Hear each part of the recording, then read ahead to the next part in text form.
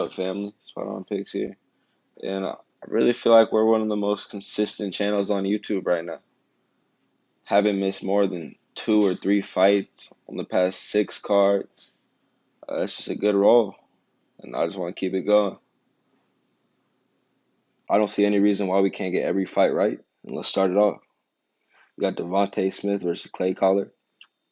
Devonte Smith is one of the top prospects in one of the toughest divisions in the UFC. He's shown a lot in his 3 fights in the UFC. Or is it 3?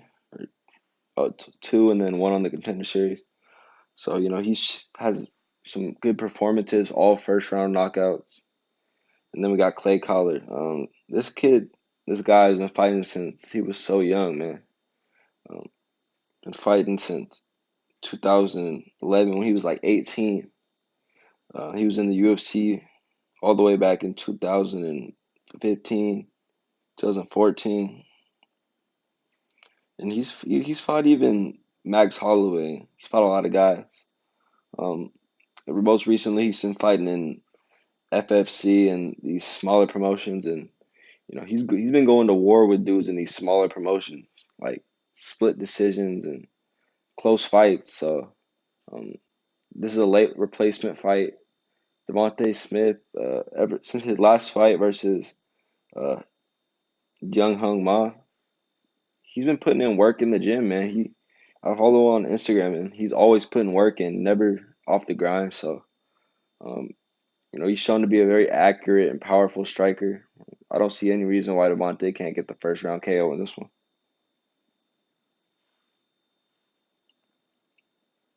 Next up is Drakkar Klose versus Christos Giagos.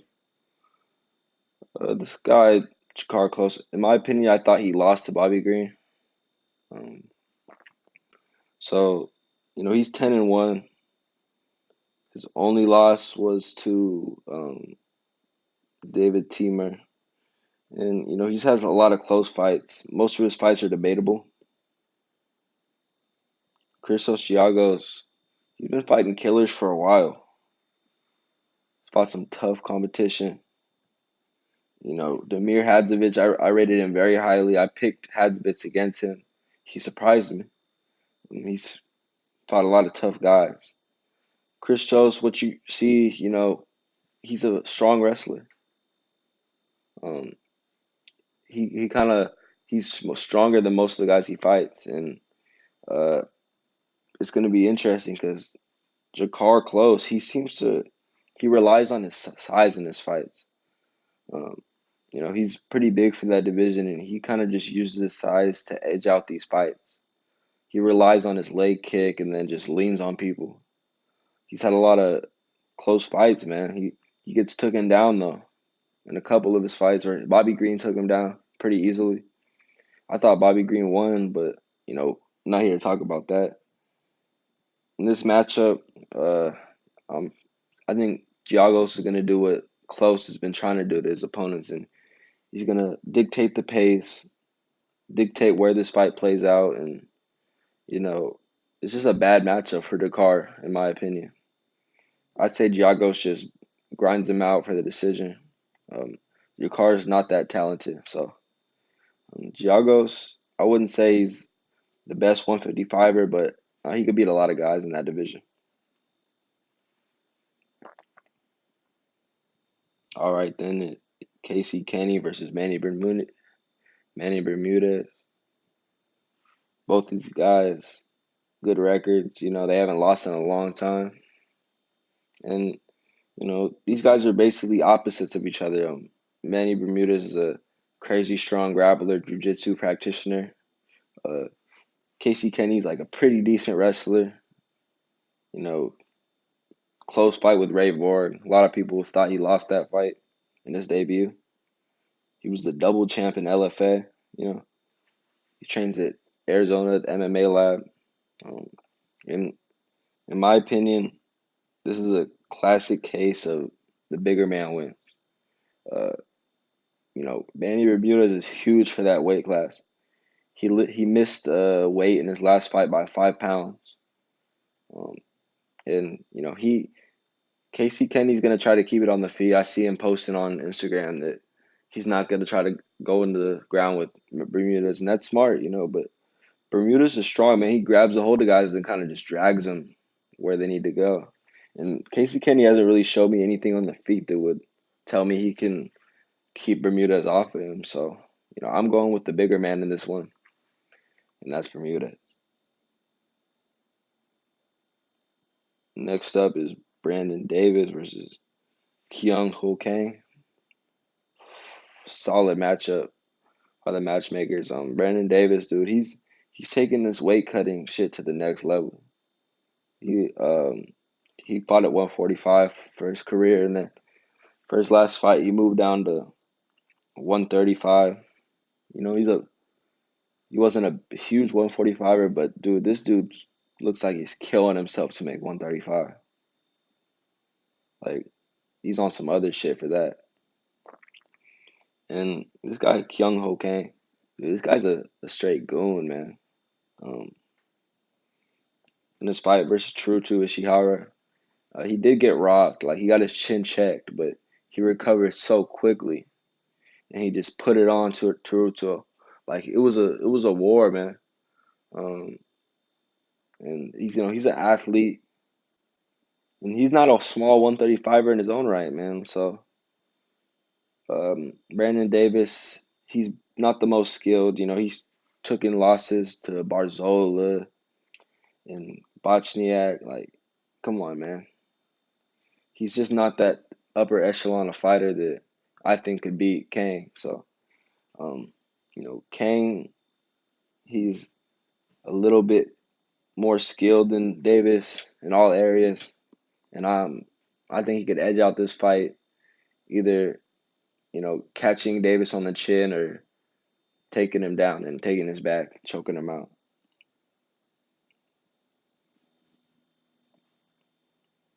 And you got the first ladies fight, Hannah Cifers versus Jodie Esquibel. You know, no disrespect, but Esquibel is one of the worst fighters of all time. She just doesn't have the talent. Really, and Cifers is like a mini tank. She was taking hard shots from Macy Barber in her debut, and she beat up Polyana Viana in her last fight. You know, it's gonna be it's gonna be a beatdown, bro. Like Esquibel's just so she has no real like perception of distance, and she's just not a very effective fighter. And you guys will see why. That's Sabina Mazo versus Shana Dobson. Sabina, she got taught a lesson in her debut by Miranda Munoz. Really just got thrown around, stuck on her back. She couldn't get up. And, this is a good matchup for her second fight. You know, Shana's kind of a lackluster fighter. She took a loss to Roxanne Modafferi and Lauren Mueller, so she's losing to the bottom dwellers in that division. So, this is going to be a stand-up fight. And, Sabina, she's training with Cyborg and in that camp, so I think they can give her that edge just to put her over the top. Like, Shanna hasn't really shown anything. If you're getting beat by Lauren Mueller and Roxanne Modafferi, you gotta just cut it out. So I got Mazo in that one. And we got some hitters. Sodiq Yusuff versus Gabriel Benitez. Sodiq's one of my favorite prospects in the UFC right now, man. Uh, he kind of just burst onto the scene after the Contender Series. He beat a tough Mike Davis, and he slept Suman Mokhtarian. Not slept, but just beat the hell out of him in the first round. And he just beat up Shaman Moraes in his last fight, man. Shaman Moraes is a tough test for anybody. Um, Especially if you're just gonna fight him on the feet like that. And Sodiq Yusuff dropped him. You know, he fought a perfect fight, in my opinion. Um, and Benitez ain't no easy fight though. Like, this guy has 21 wins, um, and he's been around for a while. You know, um, but he has taken L's to guys like Barzola and Andre Fili, where he got knocked out in the first round. So it makes you wonder about his chin. Um, I know he's in his recent wins. Jason Knight and Bandone. That's average competition. Jason Knight's losing to Artem Lovov over there in bare knuckle, so that's not what you're looking for talent wise. You know, he couldn't do much on the feet versus Barzola, um, and he does tend to drop his hands a lot. So that does worry me. I could see Yusuff just catching him on the chin. Yusuff got that Nyjah power on him. Uh, you know, he does have a wrestling background through high school and all that. So he's not just green on the ground. He has some skills. Um, Good footwork. Dude's built like a tank. He hits like a Mack truck. Um, and he's just all around shown to be a very good prospect in this division. So I'm excited to see him. This is kind of a stepping stone fight for Sodiq, and it's going to take him to that next level. And we got Derek Brunson versus Ian Heinisch. This kid Ian Heinisch, he keeps surprising people. A lot of people picked Shoeface against him. I didn't. I knew Ian Heinisch could pull out that one. And now he's fighting Derek Brunson, man. Derek Brunson, he's a guy that's been having losses and wins, and he kind of just he'll take a couple losses, he'll take a couple wins, and that's just kind of how his career is going. Um, he always loses to the upper echelon of fighters, and we'll see if Ian Heinisch is that, and I do believe he is. Brunson, he had a decent performance versus Theodorou, but he didn't look great, and you know he kind of shown a low fight IQ from what I've seen, and I've watched about 3 of his fights live, and um, he just doesn't have that many tools. If you're a weak wrestler, he'll wrestle you. If he thinks he can, if you're a jiu-jitsu fighter and he thinks he can beat you on the feet, he'll strike with you. But he doesn't have massive advantages anywhere really. Um, and Ian Heinisch is way more technical on the feet than Brunson. He's I think he can capitalize on Brunson's mistakes. Brunson's not really offering much in this fight, advantage wise. I'd see Heinisch can get the decision. Just he could potentially finish Brunson if Brunson just goes like a wild man like he does sometimes. But um, I'm riding with Heinisch on this one.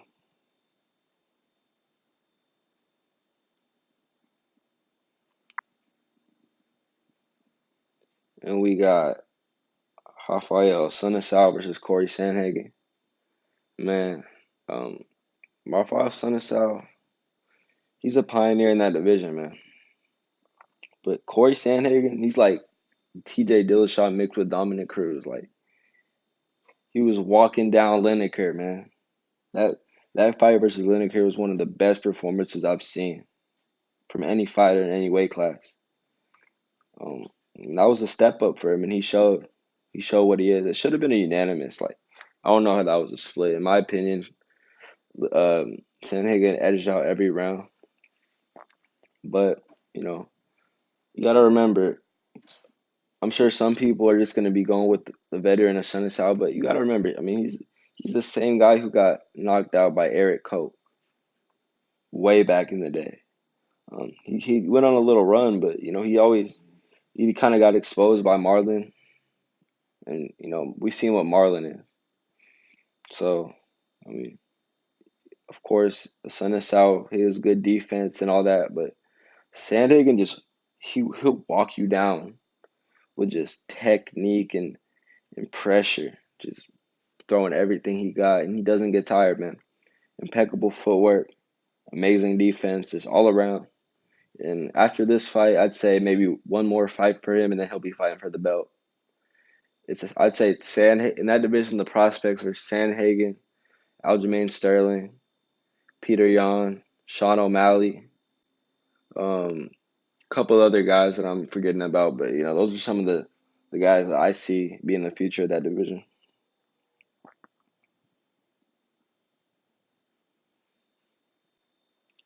Then we got this crazy ass fight, Yoel Romero versus Paulo Costa. Um, these guys, I wanted to pick Yoel just because he's only lost to Robert Whitaker, man. And everyone else hasn't really been able to handle him. He's kind of just been sleeping everyone. Um, but I of course you've noticed that lately Yoel has starting to look older. Um, in his last fight, he didn't throw anything in the first round. Um, I guess he's trying to conserve energy since he does have gas problems. But you know, you can't do that in a 3 round fight. Um, and Paulo Costa, Boratina. Um, he's not my favorite fighter, but I'll admit this dude's a beast. Um, he's kind of like a tank. Like he'll walk you down. You try to take him down, he'll shove you off and just keep on walking you down. Relentless pressure with crazy power. And Uriah Hall, it was a step up for him. He hasn't faced the best competition. He fought an old Johnny Hendricks and a decent Uriah Hall. But I say this is the fight that takes him to the next level. I think Israel Adesanya would pick Paulo Costa apart. But, this guy against a guy like Yoel Romero, um, I wouldn't be surprised if Yoel just pulls out like the week before the fight because I haven't seen this dude posting any training on Instagram or nothing. Like, I don't know. I see Paulo, that's all he does, it seems like. He's just training and taking his special supplements. I don't know what he's on, but he's on that good shit. Um, Paulo kind of uses his hard body kick to set up against southpaws, and he has a hard switch body kick against orthodox fighters. And he's really dynamic on the feet. It's hard to strike with this guy, so I think Yo will be looking to take him down, and that's hard as well. He hasn't. I think he has 100% takedown defense, so um, this is going to be Paulo Costa's coming out party.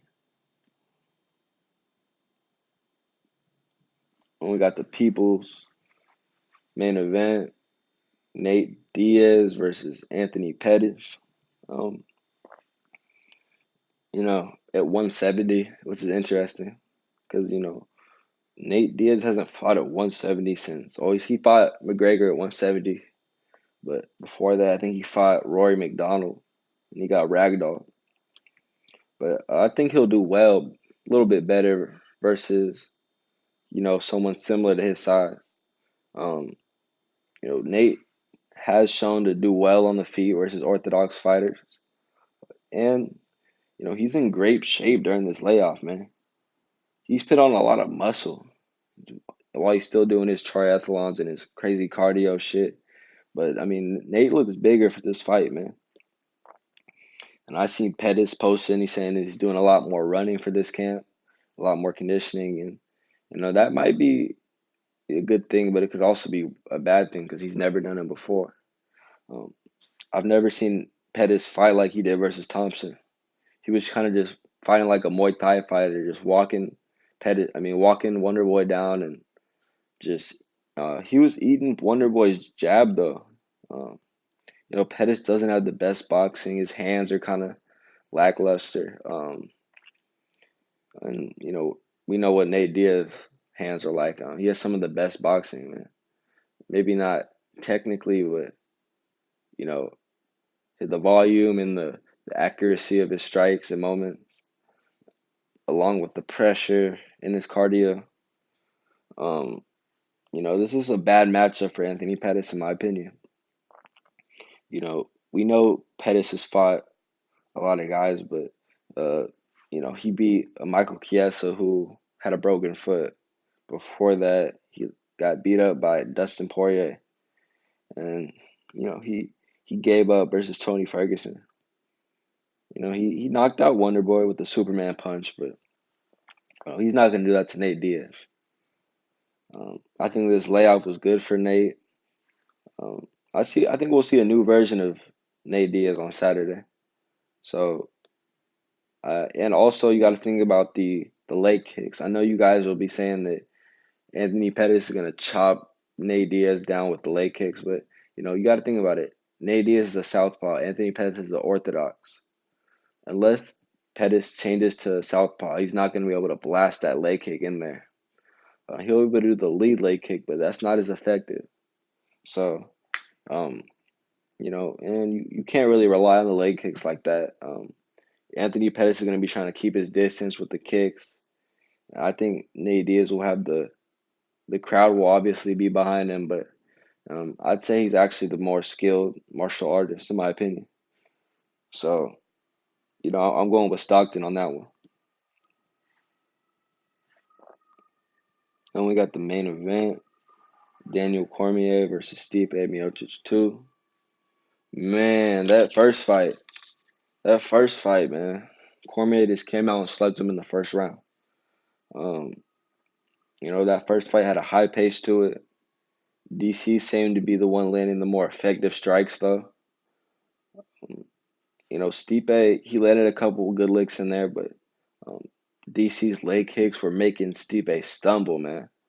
Um, and, I know Stipe's motivated because he lost his belt and all that, but I just don't think he can keep up with that pace. Like, I see Stipe, he streams video games on Twitch, playing Call of Duty on Twitch, and I see him, he was playing, and he had a big old dip with chewing tobacco in his lips, spitting in a cup on there.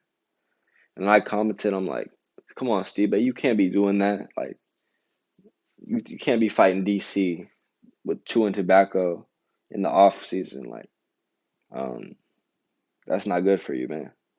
And Stipe, that you know what a knockout like that does to you, man. That was clean on the chin, along with like 3 or 4 punches on the ground. Like that's a lot of brain damage. Um, Daniel Cormier, the only person he ever lost to was John Jones, and that was by a head kick knockout in a 5 round decision. So, um, I don't think Cormier can be knocked out with the hands. And Miocic doesn't even. I've never really seen him throw a head kick. Maybe every once in a while, but that's not really a part of his game. So I don't think he can get Cormier out of there at all. Um, I don't think Steve can keep up with that pace for a significant amount of time. And I truly think DC is just a different pedigree of fighter. So I'm rolling with DC in this one. Um, DC kind of makes people fight at his pace in the clinch up close. And I just don't think Stipe is ready for that. So, I think Cormier can get a finish after Stipe gasses. It might go past the first round this time, but, I still see Daniel Cormier getting his hand raised.